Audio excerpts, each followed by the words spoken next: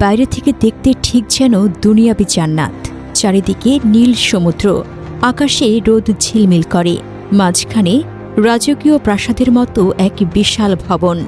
কিন্তু সেই প্রাসাদের ভেতরে ঢুকতেই এক মুহূর্তে ভেঙে যায় সব স্বপ্ন। ভেতরে বসে আছে যাদের আপনি চিনতেন সভ্যতার মুখ হিসেবে, নোবেলজয়ী বিজ্ঞানী, বিশ্বনেতা, হলিউডের সুপারস্টার, মিডিয়ার আদরের আইকনরা।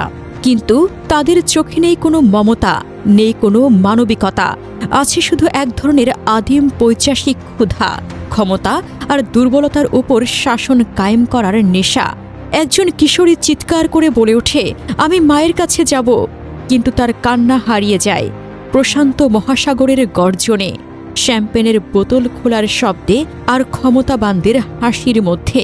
তাকে বলা হয়, চুপ থাকো, এরা এই দুনিয়ার সবচেয়ে শক্তিশালী মানুষ, এদের সন্তুষ্ট করাই তোমার কাজ।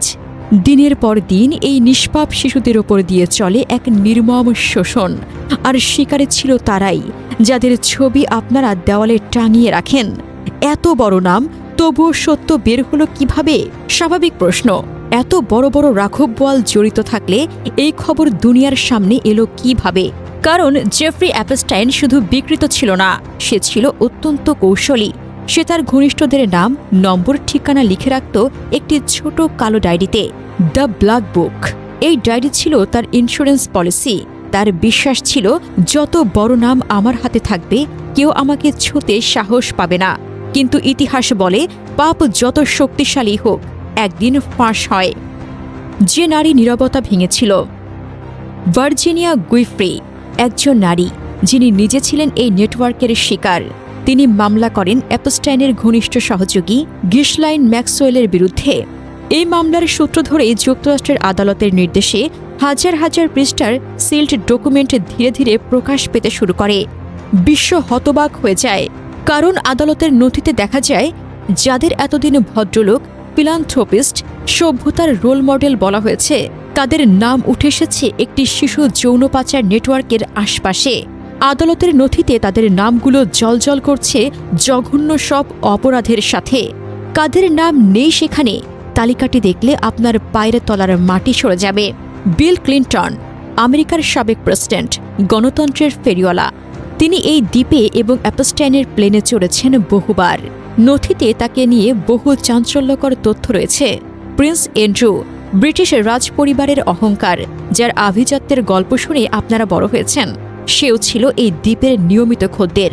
স্টিফেন হকিং, যার বিজ্ঞান আর কসমোলজি নিয়ে আপনারা মুগ্ধ, তিনিও গিয়েছিলেন এই পাপের দ্বীপে। নথিতে আরও নাম উঠে এসেছে মাইনরদের সাথে সম্পর্কিত এক প্রসঙ্গে। বিল গেটস, বিশ্বের সেরা ধনী এবং ফিলান্থ্রোপিস্ট, আফ্রিকায় শিশুদের টিকা দেয়, যদিও মহামারী ছড়িয়ে দেওয়ার টিকা, বিভিন্ন ভাইরাস টেস্ট করার টিকা। তারও ঘনিষ্ঠতা ছিল এই শিশু পাচারকারীর সাথে। ডোনাল্ড ট্রাম্প, বিশ্ব রাজনীতির আরেক মোড়ল। হলিউড ও গ্ল্যামার ওয়ার্ল্ড, কেভিন স্পেসি থেকে শুরু করে নামকরা সব মডেল ও অভিনেতারা যারা আপনাদের আইডল, তারা অনেকেই ছিলেন এই চক্রের অংশ। জেফ্রি অ্যাপস্টাইন কি কেবল একজন বিকৃতকামী ধনী ছিল? না, সে ছিল মোসাদ এবং পশ্চিমা গোয়েন্দা সংস্থার একটি হানি ট্র্যাপ প্রজেক্টের এজেন্ট। তার কাজ ছিল বিশ্বনেতাদের এই দ্বীপে নিয়ে এসে তাদের নোংরা কাজের ভিডিও রেকর্ড করে রাখা, যাকে গোয়েন্দা ভাষায় বলা হয় কম্প্রোমাট। পরবর্তীতে এই ভিডিওগুলো দিয়েই তাদের ব্ল্যাকমেইল করা হতো। আপনার প্রিয় নেতারা যখন টিভিতে দাঁড়িয়ে ফিলিস্তিনের বিপক্ষে বা অদ্ভুত সব সেকুলার এজেন্ডার পক্ষে কথা বলে, তখন তাদের গলার দড়িটা আসলে জয়নবাদীদের হাতে থাকে। তারা জানে মুখ খুললেই তাদের ওই গোপন ভিডিও ফাঁস হয়ে যাবে। বাংলাদেশে কোনো মাদ্রাসার শিক্ষক যদি শরিয়া নিয়ে কথা বলে, নারীদেরকে ঘরমুখী করার কথা বলে, অল্প বয়সে বিয়ে নিয়ে কথা বলে, তখন এদেশের সুশীলরা, নারীবাদীরা চিৎকার করে আকাশে বাতাসে ভারী করে ফেলে, মোল্লারা সব শিশুকামী। কিন্তু আজ যখন শত শত প্রমাণ সামনে আসছে যে তাদের স্বপ্নের আমেরিকা, তাদের সভ্যতার ধারক বাহকেরা এক একজন জঘন্য লেভেলের পেডাফাইল, তখন তারা মুখে কুলু পেটেছে। কেন? কারণ এই পিচাসরা টাই পরে, ইংরেজিতে কথা বলে এবং দামি পারফিউম মাখে। তাদের কাছে সাদা চামড়ার অপরাধ কোনো অপরাধ না, ওটা লাইফস্টাইল। ইসলাম ছাড়া, শরিয়া ছাড়া এই পিচাসেদের থামানোর কোনো আইন দুনিয়াতে নেই। কারণ আইন যারা বানায়, তারাই আজ এই অপরাধের হোতা। কান্না করেন, শুধু ওই নির্যাতিত শিশুদের জন্য না, নিজের ঈমানের অবস্থার জন্য কান্না করেন। আপনি কাদের ফলো করছেন?